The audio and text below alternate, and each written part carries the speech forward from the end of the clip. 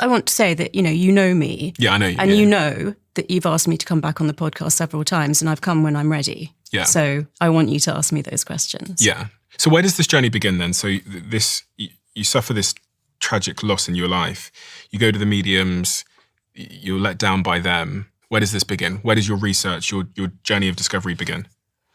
It starts with this decision to, try to communicate with him myself.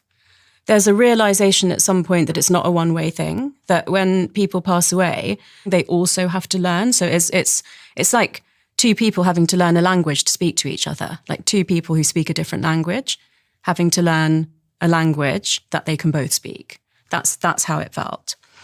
Obviously, as a scientist, I then wanted to find out as much science as I could to try to back it up, which really comes down to the science of whether the mind or the psyche or the soul can exist separately from the body. Mm-hmm. And I will say that way before I even started thinking about this stuff, just the moment that he died, which he died in front of me, once he'd actually passed away, I remember a really strong feeling of looking at his body and just knowing that wasn't him. And that the essence of who he was, I didn't know where it was, but it was not there lying in that bed.